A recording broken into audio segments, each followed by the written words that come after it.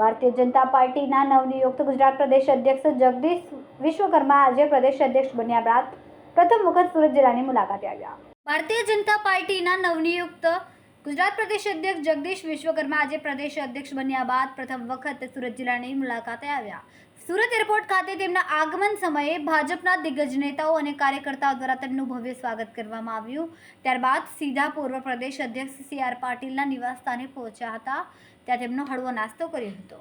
ગુજરાત પ્રદેશ ભાજપ અધ્યક્ષ જગદીશ વિશ્વકર્માનું સુરત એરપોર્ટ પર ઉતરાણ થતાં જ કાર્યકર્તાઓ અને હોદ્દેદારોમાં ઉત્સાહનો માહોલ જોવાયો. એરપોર્ટ ખાતે તેમને આવકારવા માટે ગૃહ રાજ્યમંત્રી હર્ષ સંઘવી, સુરતના સાંસદો, ધારાસભ્યો, મંત્રી મુકેશ પટેલ, મેયર અને શહેર ભાજપ પ્રમુખ સહિતના ભાજપના અગ્રણી હોદ્દેદારો હાજર રહ્યા.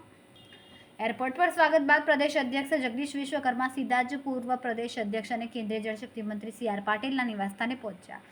જૂના પ્રદેશ પ્રમુખના ઘરે નવા પ્રમુખે સૌજન્ય મુલાકાત લીધી હતી અને તેમની સાથે હળવો નાસ્તો કર્યો. આ નાસ્તામાં પરંપરાગત ગુજરાતી વાનગીઓ જેવી કે મગના ખોડલા, મરચા ડુંગળીના ભજીયા અને ઘીની કેસર જલેબીનો સ્વાદ માણ્યો હતો. CR પાટીલના નિવાસસ્થાનેથી જગદીશ વિશ્વકર્માએ સુરત જિલ્લાના કાર્યકર્તાઓને મળવા માટે પણ પ્રયાણ કર્યું. તેમના પ્રવાસ દરમિયાન સુરત જિલ્લાના કડોદરા 4 રસ્તા ખાતે કાર્યકર્તાઓ દ્વારા તેમનું ભવ્ય સ્વાગત અભિવાદન કરવામાં આવ્યું.